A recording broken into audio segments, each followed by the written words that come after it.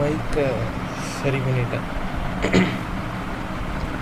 அதனால் ஃபேனோட சத்தமும் கொஞ்சம் அதிகமாக கேட்கும், அட்ஜஸ்ட் பண்ணிக்கோங்க.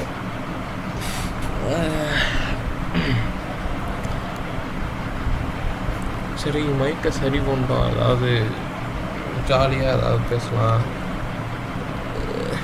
பிடிச்சது ஏதாவது பேசலாம் அப்படிலாம் யோசித்தேன். ஆனால்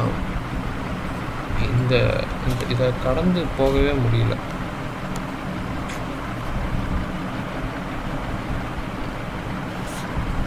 அதுக்கு பின்னாடி நடந்த அரசியல் என்ன, மதமா இல்லை தேசமா இல்லை வேறு ஏதோ ஒரு காரணமா, அதை பற்றி எனக்கு தெரியாது, பேச போகிறதும் இல்லை. 27 பேர் இறந்ததா ஃபஸ்ட்டு ஒரு நியூஸ் வந்தது. அப்புறம் கொஞ்ச நேரம் கழித்து 2 அந்த இன்னொரு நாட்டுக்காரங்க இறந்ததாகவும் நியூஸ் வந்தது. இப்போது இந்த 27 பேர் கொன்னதில் சில பேர் நம்ம நாட்டுக்காரங்க கொண்டுட்டாங்க அப்படின்னு சொல்லி சந்தோஷப்படணுமா, இல்லை அந்த 2 பேர்த்துக்குமே ஒரு குடும்பம் இருக்கும், அந்த குடும்பத்தில் ஒரு பையனோ பொண்ணோ இருப்பாங்க, அந்த சின்ன பசங்களுக்கு இந்த நாட்டில் உள்ளவன் தான் அவங்க அப்பனை கொன்னான் அப்படின்னு சொல்லி நம்ம நாட்டு மேலே அந்த சின்ன பசங்களுக்கு ஒரு வெறுப்பை உண்டாக்கி நாளைக்கு அந்த சின்ன பையனே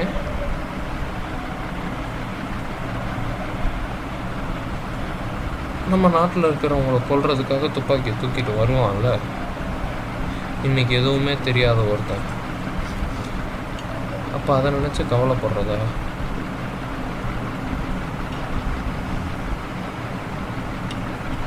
இது ரேஷ்னல் திங்கிங் கிடையாது.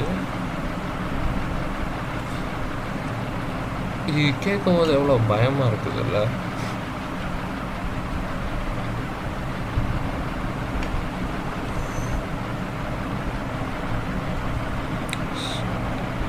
சரி அப்படின்னு இதை கடந்து வரலாம் அப்படிங்கும்போது ஒரு வீடியோ, ஒரு டூரிஸ்ட், அங்கே போயிருந்த ஒரு டூரிஸ்ட், லக்கிலே அவருக்கு எதுவும் ஆகலை, அவர் ஏதோ செல்ஃபி வீடியோ மாதிரி எடுத்துகிட்டு இருக்கும்போது சத்தம் கேட்குது, டம்மு டும்முன்னு கேட்குது.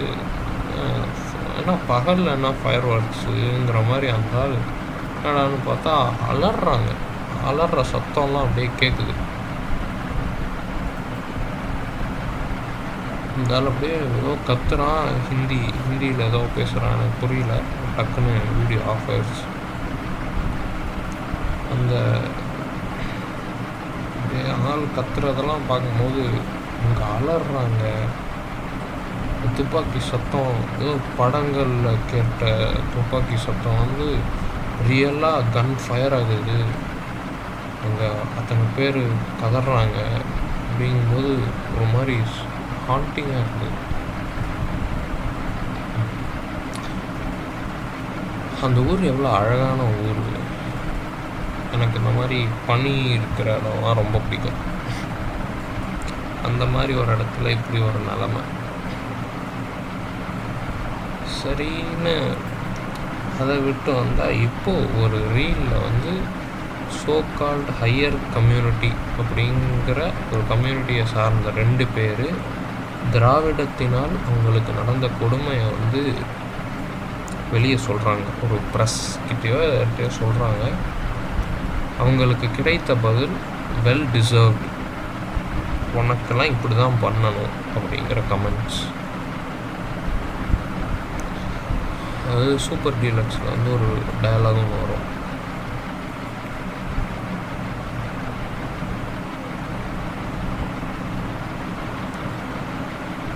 தேசம்னு சொன்னால் பெருமை கொள்ளணும், மொழின்னு சொன்னால் பற்று இருக்கணும்,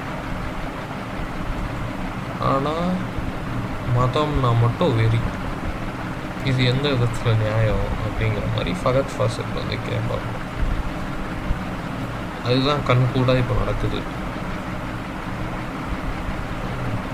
இவன் மதத்தால் பிரிக்கிறான், அவன் நாட்டால் பிரிக்கிறான், ஒரு தேசத்தினுடைய பேர் வச்சு பிரிக்கிறான். இந்த பிரிவினவாதத்தினுடைய ஆரிஜின் அது எப்படி இருக்கும்னு தெரியல. ஆனால் இன்னைக்கு மாரி செல்வராஜ் ஒரு படம் எடுக்கும்போது இதெல்லாம் எப்போ நடந்துட்டு இருந்தது, இப்போ வருது, இப்போ எதுக்கு இதெல்லாம் எடுக்கிறீங்க அப்படின்னு கேட்குறவனுங்க இன்னைக்கு இந்த சம்பவத்தையும் பார்க்கணும். ரெண்டும் ஒன்று இல்லைன்னு சொல்லுவான், ஆனால் ரெண்டுமே ஒன்று தான், பிரிவினவாதம் தான். எனக்கு அமரன்லேயுமே அந்த பிரச்சனை ரொம்ப பெருசாக இருந்தது.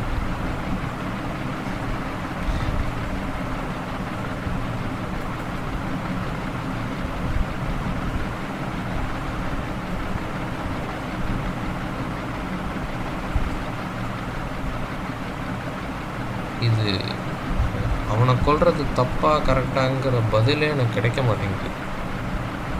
நானே நிறைய பாசிபிலிட்டிஸ் யோசிச்சு பார்க்குறேன். அவன் நம்மளை கொன்னதுனால தான் அவன் கொல்றான்னா, அப்போ அவன் பண்ணால் நீ பண்ணுவியா? இல்லைன்னா அவன் நம்மளை பண்ணிடுவானே அப்படிங்கிற அடுத்தடுத்து இது பண்ணால் அது, அது பண்ணால் இது, அப்படி மாறிக்கிட்டே இருக்கு. பதிலே கிடைக்க மாட்டேங்குது.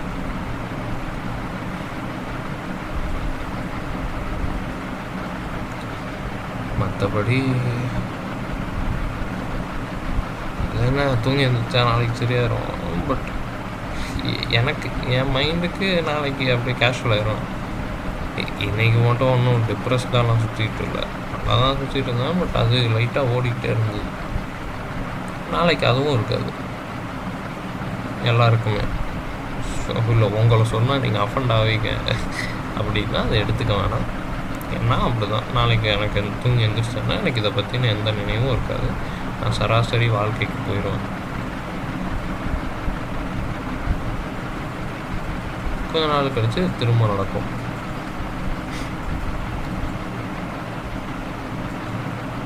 இது எப்படி முடிக்கிறது தெரியல, இது எப்படி ஆரம்பிச்சிருக்கோம் தெரியல.